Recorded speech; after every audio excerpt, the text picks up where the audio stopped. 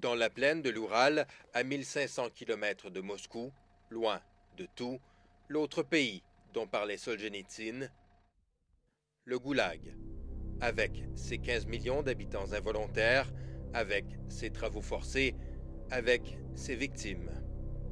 1 million de morts, sans doute beaucoup plus, l'œuvre de Staline pour mater les insoumis.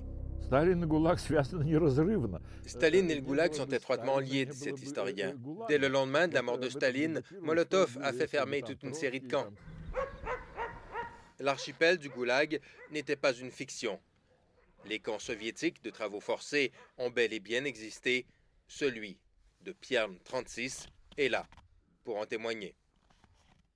C'était une prison politique à très haute sécurité, avec ses miradors, ses projecteurs, ses chiens de garde, ses 5 rangées de palissades et de barbelés. On ne s'évadait pas de Perm 36.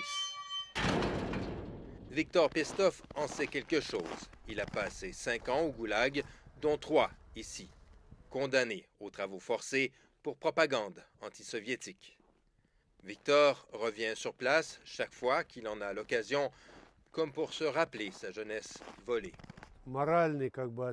Moralement, c'était très difficile parce que peu importe où on regardait, on voyait des clôtures.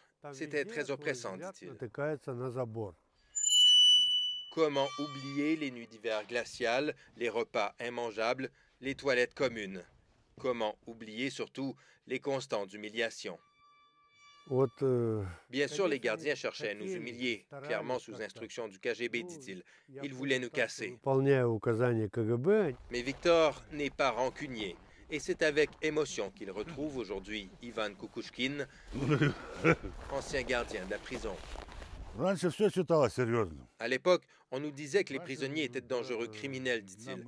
Ce n'est que bien plus tard que j'ai compris qu'ils avaient été emprisonnés pour rien, parfois simplement pour un mot prononcé imprudemment. Aujourd'hui, transformé en lieu de mémoire, le camp de Perm 36 témoigne du lourd tribut payé pour des droits aussi essentiels que la liberté d'opinion et d'expression. Un rappel aussi que rien n'est jamais acquis, même 60 ans après la mort de Joseph Staline. Jean-François Bélanger, Radio-Canada, au camp de Perm 36.